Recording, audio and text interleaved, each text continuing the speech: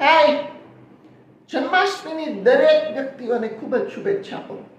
મારી એવી હૃદયપૂર્વક ઈચ્છા છે અને હું દરેક વ્યક્તિને એવી વિનંતી કરું છું હૃદયપૂર્વક કે આ જન્માષ્ટમીમાં ખાલી હળીમળીને આનંદ કરવો પોતપોતાની રીતે અથવા જેટલું કરી શકાય એટલું, એવું ન કરવું.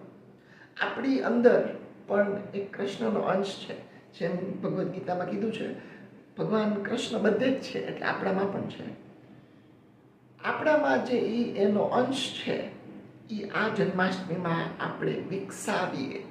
આપણે કાંઈક એવું કરીએ કે જે કોઈ વર્શિપ કરીએ છીએ, જે કોઈ ફાસ્ટિંગ કરીએ છીએ, જે કાંઈ ભેગા મળીને આનંદ કરીએ છીએ, એમાં કોઈ એક કૃષ્ણ અંશ આપણી અંદર જે છે એ ડેવલપ થાય. અને આપણે ભલે કદાચ 1 ઇંચ જ ડેવલપ થાય, પણ થાય.